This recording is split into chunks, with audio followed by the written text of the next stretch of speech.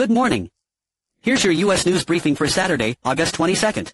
Search for survivors after 16 killed by Russian double-tap strike on Ukraine mall.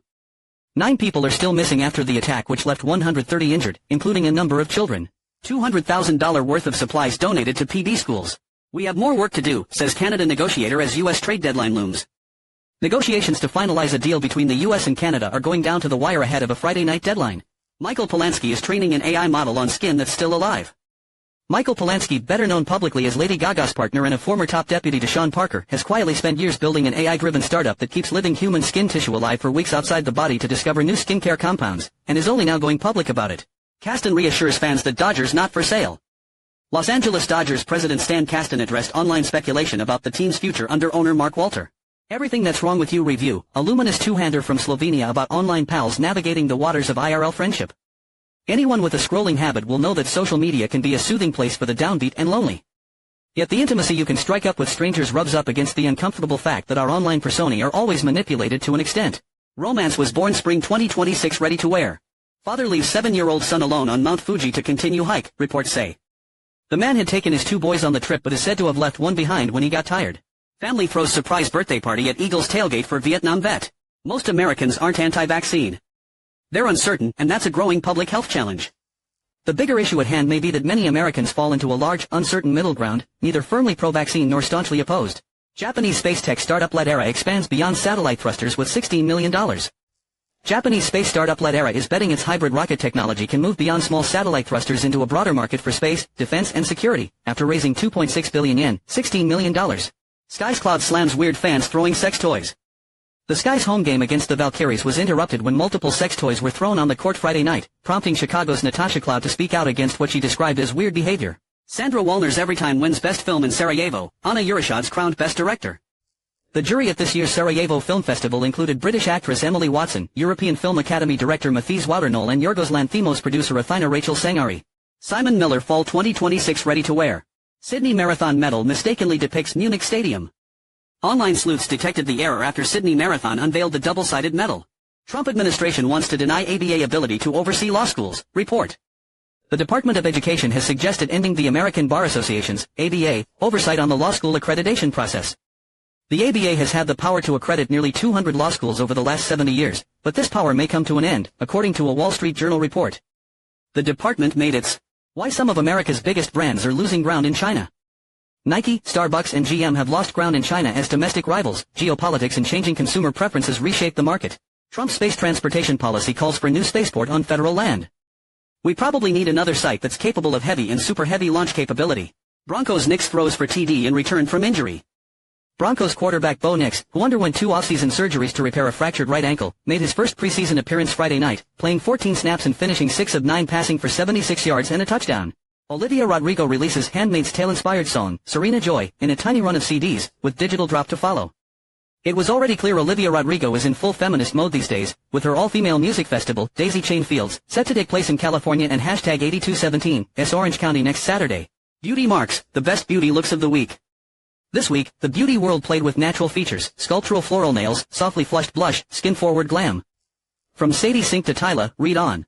Canada says it will match U.S. tariffs dollar for dollar as trade talks break down.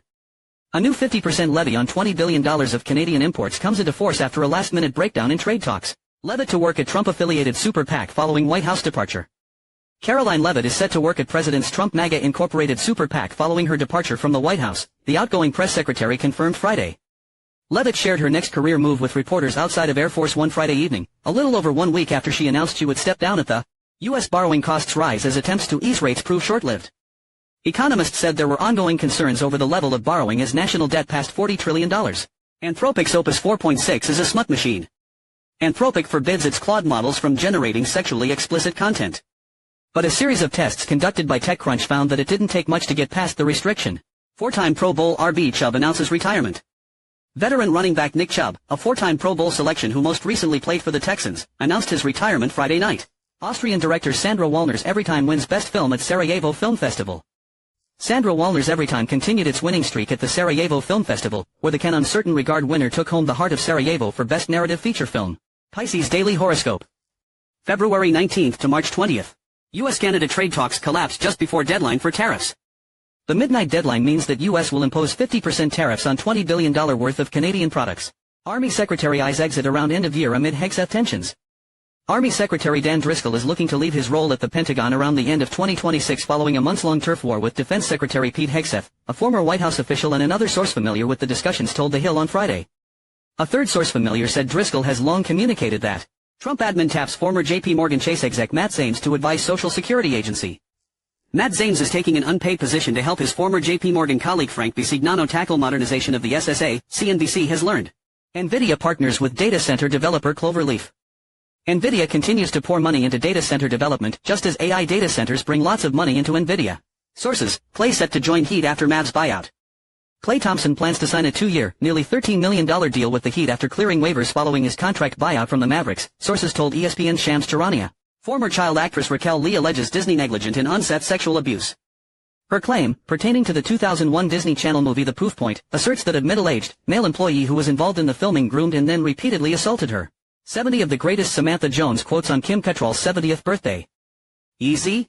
Lindsay Clancy suffering command hallucination when she killed children, court hears. The defense brought their final witness, a forensic psychiatrist, to the stand to testify about the effects of postpartum psychosis. President makes final push for Darlene Graham in trip to Trump country. Myrtle Beach, South Carolina. President Trump traveled south to rally support for Senator Darlene Graham, Republican South Carolina, on Friday ahead of next week's primary runoff and urged Republicans to turn out in November's midterm elections. Royal Mail misses delivery targets again but hails encouraging signs. The struggling firm said it had improved its performance but missed regulator-set delivery targets. HoverAir's transforming modular drone has already been halted in the U.S. I am so sorry, fellow U.S. gadget fans, the FCC's drone ban appears to have struck again. NFL reviewing W.R. Bateman's family violence arrest. The Ravens have informed the NFL of wide receiver Rashad Bateman's arrest in June on family violence charges, and the league said the case is under review. Bill Maher puts Hunter Biden in the hot seat. I've seen you with your dick out. After enduring years of character assassinations by the right, Hunter Biden is in the throes of a chaotic media blitz that's included Twitter trolling, posting on Substack and appearances on a number of far-right podcasts, from Hitler worshipper Nick Fuentes and Russia stooge Tucker Carlson to conspiracy theorist Candace Owens. Your home's getting dumber, and that's a good thing. Here's why analog is all the rage, according to top interior designers. As they return to the UK, Harry and Meghan search for a brand that sticks. They will not be working royals when they come back. So what could they be doing instead? Teen drops high-profile social media addiction lawsuit. A teenager has dropped her lawsuit against Meta, YouTube, and Snapchat, which was set to go to trial later this year as part of a broader series of cases accusing social media giants of designing addictive platforms. The teen, referred to as PMY, previously settled with TikTok and chose to dismiss the remainder. That's your briefing for today. Have a great day.